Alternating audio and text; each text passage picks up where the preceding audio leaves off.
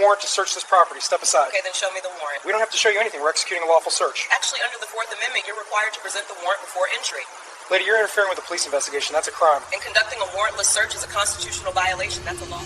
At exactly 7:15 a.m. on a Saturday morning in Philadelphia, 3 police officers thought they were about to execute a routine drug raid. What they didn't know was that they had just knocked on the door of someone who had sent 14 corrupt cops to federal prison in the past 3 years. The woman standing in that doorway wasn't going to be intimidated by badges or threats. She was someone who understood power better than they did. She knew the law better than their entire department. And in the next 23 minutes, she was going to dismantle everything they thought they knew about getting away with illegal searches. Before we continue, where are you watching from right now? Drop your country or state in the comments. And if you haven't already subscribed, hit that button now because this story gets absolutely wild. Jasmine Carter was not your average 29-year-old black woman. While most people her age were still paying off student loans and figuring out their careers, Jasmine had already become one of the most feared federal prosecutors in the Eastern District of Pennsylvania. She wasn't just good at her job, she was legendary. As a black woman who had grown up watching her father get pulled over repeatedly for driving while black, Jasmine had personal reasons for choosing her career path. She knew what it felt like to watch authority figures abuse their power. She had decided early on that she would become someone who could fight back with the full force of the law. Jasmine had graduated from Stanford Law School with honors. She had clerked for a federal appellate judge who specialized in criminal procedure. Then she had done something that most young lawyers considered career suicide. She had turned down high-paying offers from major law firms to take a job at the U.S. Attorney's office making a fraction of the salary. Why? Because Jasmine didn't want to defend corporations. She wanted to prosecute criminals. Specifically, she wanted to prosecute criminals who wore badges. She had joined the Public Corruption Unit, a specialized division that investigated and prosecuted government officials who abused their power. For the past 3 years, she had focused almost exclusively on police misconduct, civil rights violations, illegal searches, evidence planting, excessive force, false testimony. The cases that made other prosecutors nervous, Jasmine took eagerly. She had a conviction rate of 87%, which was unheard of in public corruption cases. She had secured prison sentences totaling over 200 years for officers who thought they were above the law. She had testified before Congress about police accountability. She had written a law review article that changed how federal courts evaluated qualified immunity defenses. Defense attorneys hated her. Police unions called her biased and anti-cop. Internal affairs divisions both feared and respected her, because when Jasmine Carter opened an investigation, people went to prison. But here's what made Jasmine truly dangerous to corrupt officers. She didn't just know criminal law and constitutional law. She knew police procedure better than most cops. She had spent hundreds of hours riding along with officers, watching how they worked, learning their tactics, understanding their culture. She had reviewed thousands of police reports, body camera videos, and arrest records. She could spot a falsified warrant application from a mile away. She could identify Fourth Amendment violations that other prosecutors missed. She knew the difference between legitimate police work and criminals with badges. And she specialized in one particular type of case: illegal searches based on false or non-existent warrants. It was a tactic used by certain officers who wanted to make arrests and seizures without going through the hassle of actually establishing probable cause. They would either fabricate information on warrant applications, or they would conduct searches without warrants and claim exigent circumstances that didn't exist. Jasmine had prosecuted 11 cases involving warrant fraud in the past 2 years. She had a 100% conviction rate on those cases. Officers who lied on warrant applications went to federal prison when Jasmine Carter was prosecuting. And on that Saturday morning, 3 officers from the Philadelphia Police Department's narcotics unit were about to learn why. Jasmine lived in a converted warehouse in a transitioning neighborhood. The area had been industrial 20 years ago, but now it was filling up with artists, young professionals, and small businesses. Jasmine had bought the place 3 years earlier because she liked the space and the location was convenient to the federal courthouse. The building had 2 units. Jasmine lived in the upstairs loft. The downstairs unit was rented by a graphic designer named James Torres. James was 31, originally from Puerto Rico, quiet, kept to himself, paid his rent on time, and minded his own business. Jasmine didn't know him well. They exchanged pleasantries when they ran into each other. He had helped her carry groceries up the stairs once. She had signed for a package for him. normal neighbor stuff. What Jasmine definitely didn't know was that James had a brother who was involved in drug dealing. Not James himself. James was completely clean, but his brother Carlos had gotten into some trouble, and Philadelphia PD's narcotics unit had been investigating Carlos for months. The officers had been surveilling Carlos, tracking his movements, trying to build a case. During that surveillance, they had seen Carlos visit the building where James lived. They had seen him go inside and come out 20 minutes later carrying a gym bag. That was enough, in their minds, to assume that drugs were being stored in that building. They didn't know which unit, they didn't have any actual evidence of drugs. They just had an assumption based on one visit by a suspected dealer. So they did what they had done dozens of times before. They wrote up a warrant application filled with exaggerations and assumptions presented as facts. They claimed they had reliable confidential informant information, which they didn't. They claimed they had observed multiple suspicious visits when they had only seen one. They claimed they had corroborating evidence of drug dealing at that address, which didn't exist. They submitted the application to a magistrate judge on a Friday afternoon, when judges were rushing through paperwork to get home for the weekend. The judge, not reading carefully, signed the warrant.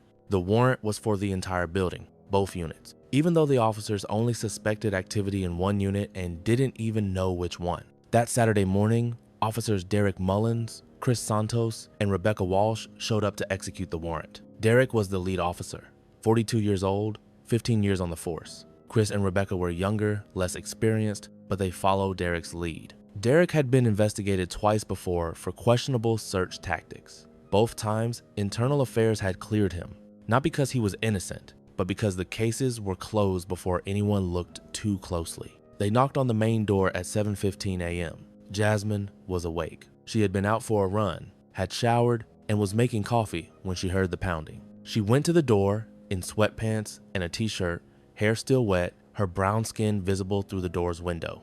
Through the door, she could see 3 people in tactical gear with police printed on their vests. She opened the door with the chain still on.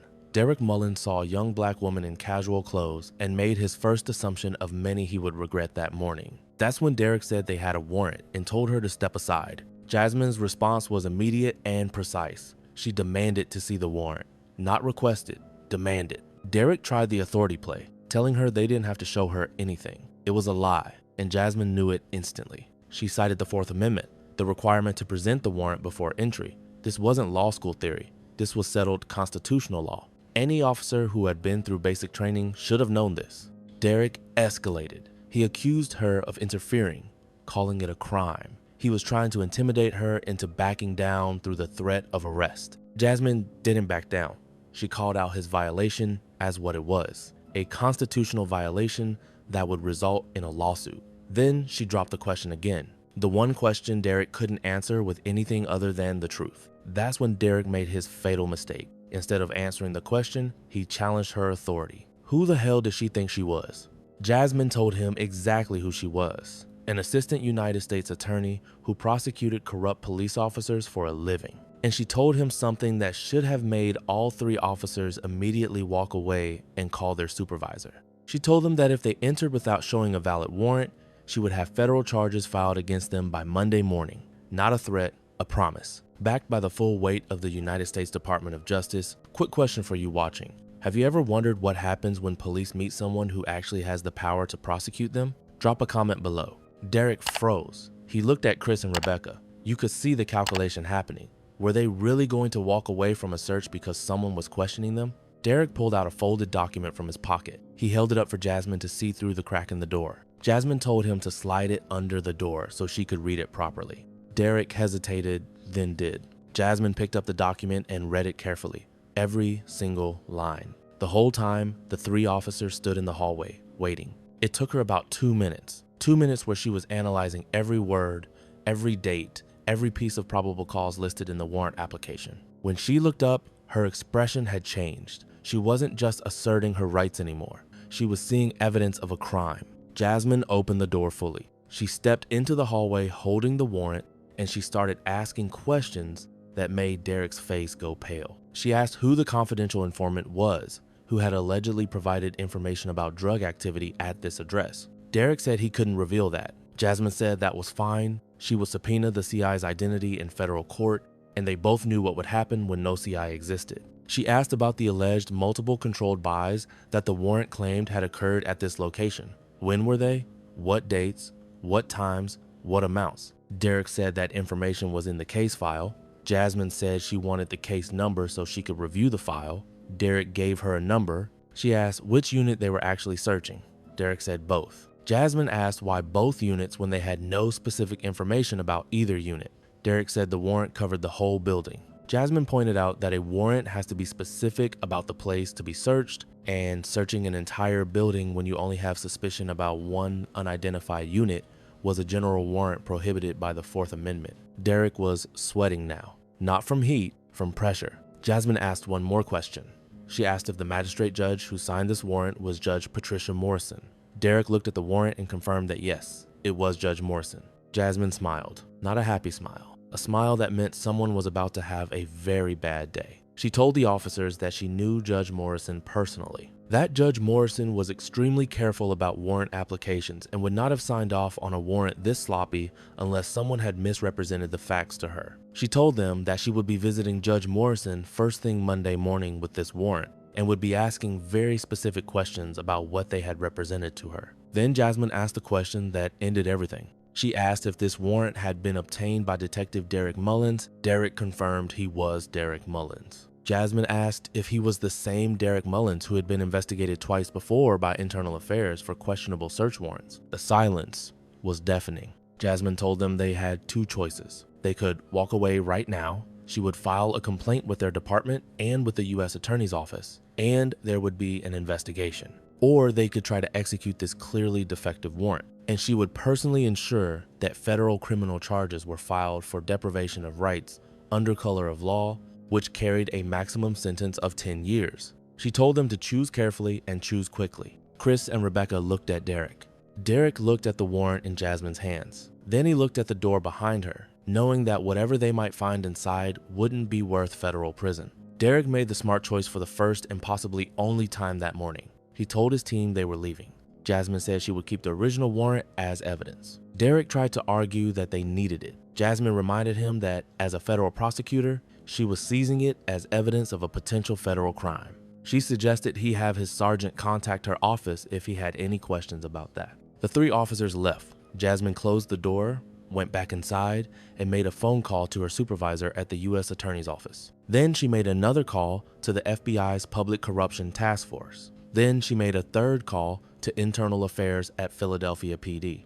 By 8 a.m., 3 different investigations had been opened into Derek Mullins and his warrant application. By Monday morning, Derek had been placed on administrative leave. His warrant applications for the past 2 years were being reviewed by a team of federal agents and prosecutors. By Wednesday, the FBI had interviewed Judge Morrison, who was furious when she learned how her trust had been exploited. She provided a statement detailing what Derek had represented to her versus what was actually in the warrant application. By Friday, Derek Mullins was arrested on federal charges: 2 counts of deprivation of rights under color of law, 1 count of perjury in warrant application.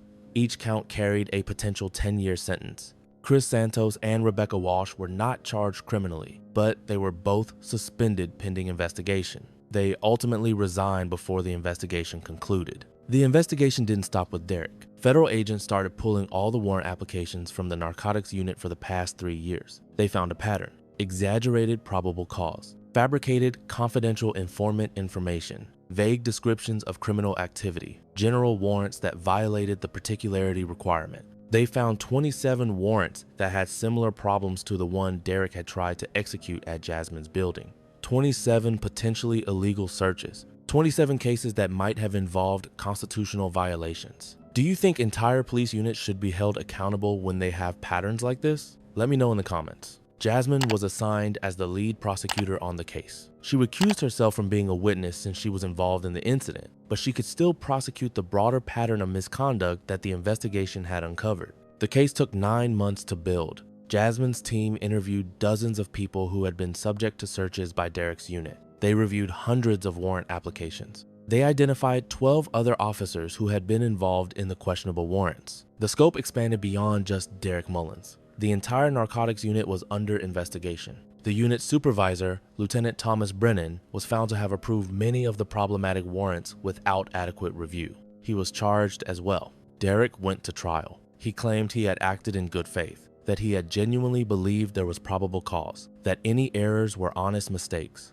Jasmine dismantled his defense methodically. She showed the jury 12 different warrant applications where Derek had used nearly identical language to describe different confidential informants who allegedly didn't exist. She showed them how Derek's warrants always seemed to get approved on Friday afternoons when judges were busy. She showed them a pattern of targets being predominantly Black and Latino residents in specific neighborhoods. She called witnesses who testified about how Derek's team had entered their homes, found nothing, and left without apology. Most of those witnesses were Black and Latino residents who lived in neighborhoods that Derek's unit targeted disproportionately. She called a retired magistrate judge who explained exactly what information judges rely on when approving warrants, and how Derek's misrepresentations had corrupted that process. The trial lasted 3 weeks. The jury deliberated for 6 hours. They found Derek Mullins guilty on all counts. He was sentenced to 8 years in federal prison. His conviction made headlines across Philadelphia. The U.S. attorney held a press conference where she specifically mentioned that the case had been initiated because one of her prosecutors had personally witnessed an illegal search attempt. The coverage identified Jasmine as that prosecutor.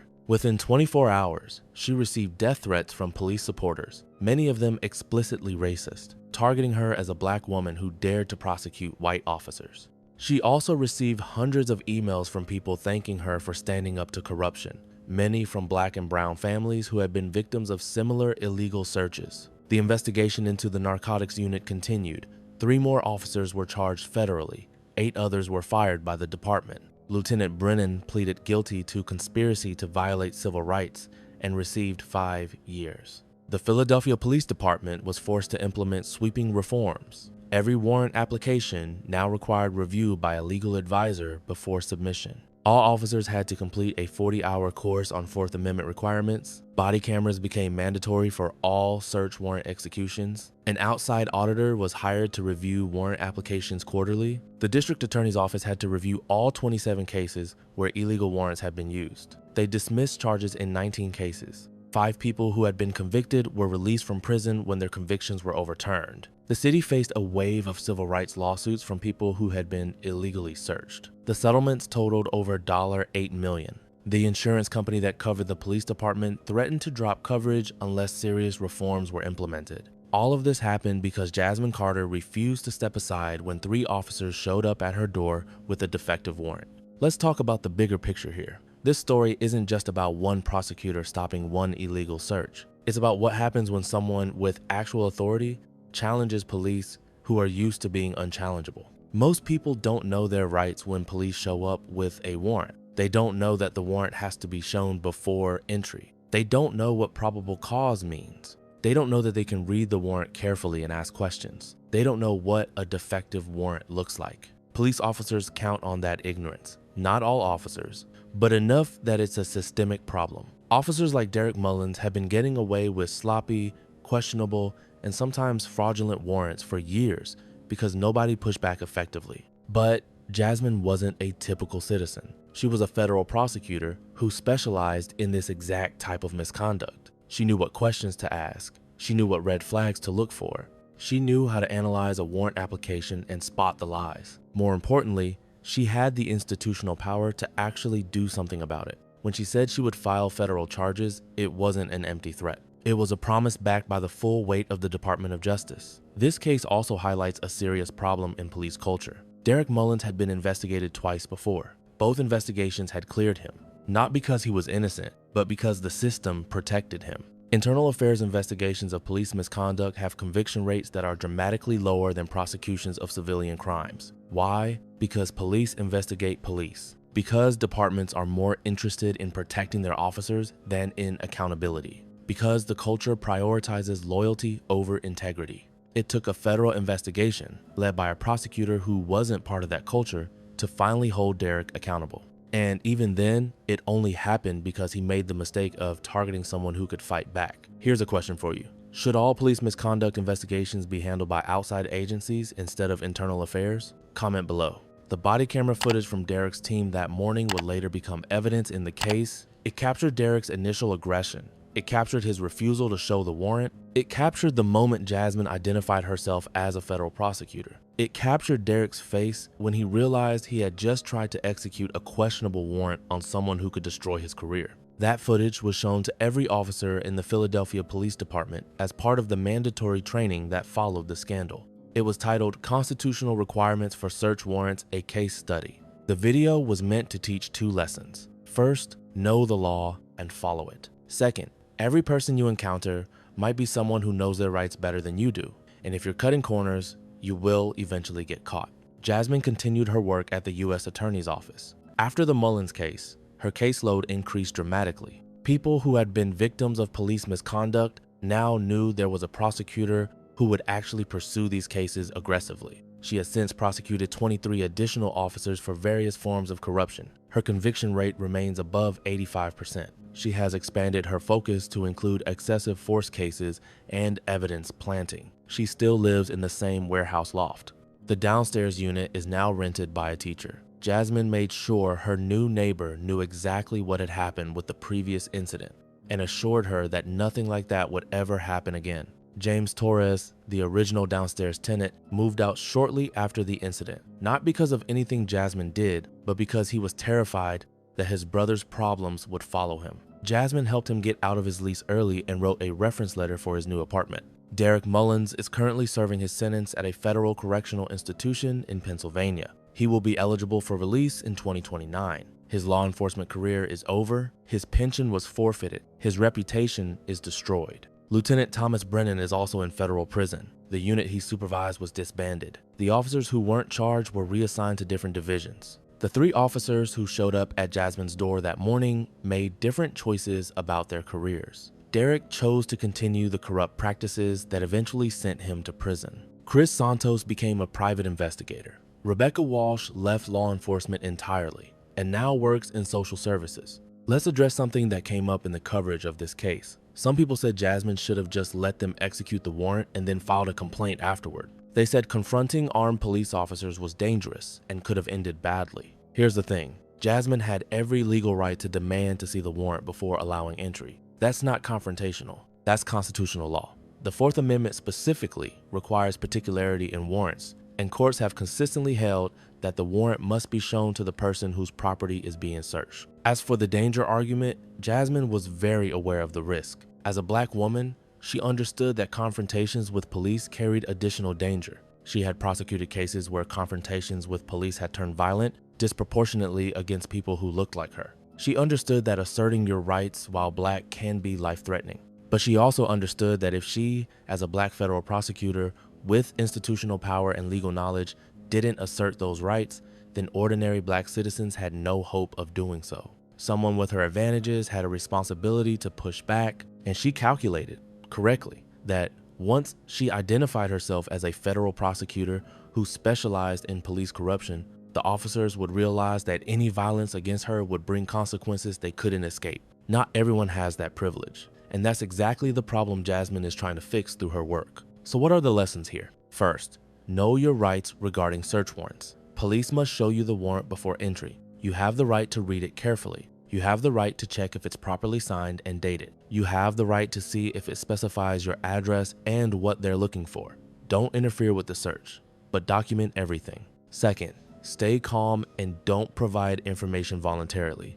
Jasmine asked clear, direct questions. She didn't argue emotionally. She didn't volunteer information. She controlled the interaction through knowledge and composure. Third, document everything. If police execute a search warrant, take photos of any damage, keep copies of all paperwork, note the names and badge numbers of all officers present, and write down exactly what happened while it's fresh in your memory. Fourth, seek legal help immediately. If you believe a search was illegal, contact an attorney right away. There are strict time limits for challenging searches and preserving evidence. Fifth, understand that accountability is possible but requires follow-through. Jasmine didn't just stop the illegal search. She filed complaints with 3 different agencies. She cooperated with investigators. She prosecuted the case. She saw it through to the end. That's what creates change. As of now, Derek Mullins has 7 years left on his sentence. He filed an appeal arguing that his conviction was unfair because the prosecutor had been personally involved in the case. The appeal was denied.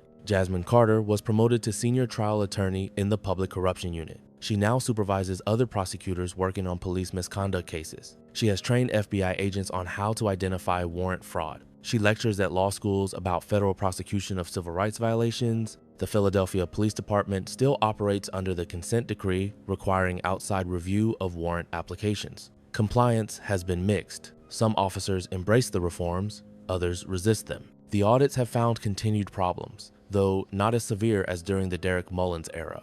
None of these changes would have happened if Jasmine had stepped aside that Saturday morning. None of them would have happened if she had let the illegal search proceed and filed a complaint later. None of them would have happened if she hadn't known her rights and had the power to enforce them. One prosecutor, one illegal warrant, 23 minutes at her front door, and an entire police unit was dismantled. That's the power of knowledge combined with institutional authority. That's what accountability looks like when someone with the ability to enforce it refuses to look away. That's what happens when corrupt officers finally encounter someone they can't intimidate. Final question for you. What's one thing you learned from this story that you didn't know before? Drop your answer in the comments, and don't forget to subscribe for more stories like this. This story matters because it reveals how police corruption thrives. Not through dramatic Hollywood-style crime, but through routine corner cutting and assumptions that nobody will push back. Through warrant applications that exaggerate facts because judges are too busy to scrutinize them carefully.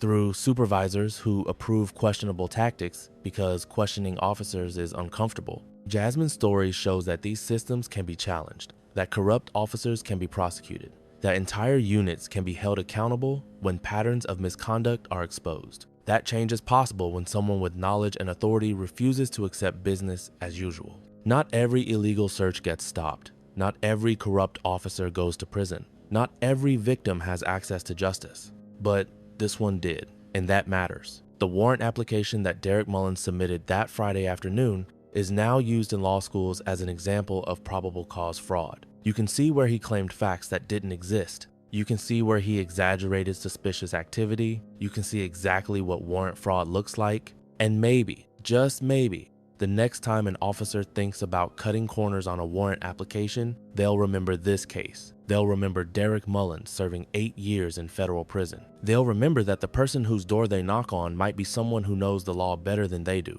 That's Jasmine's legacy.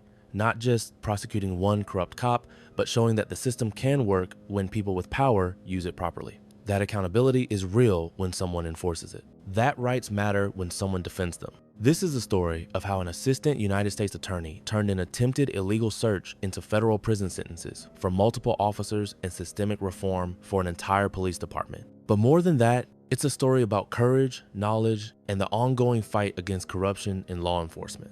Thanks for watching this story all the way through. If you found this eye-opening, make sure you're subscribed because I cover more stories like this that need to be told. Drop a comment letting me know what you think should happen in cases like these. See you in the next one.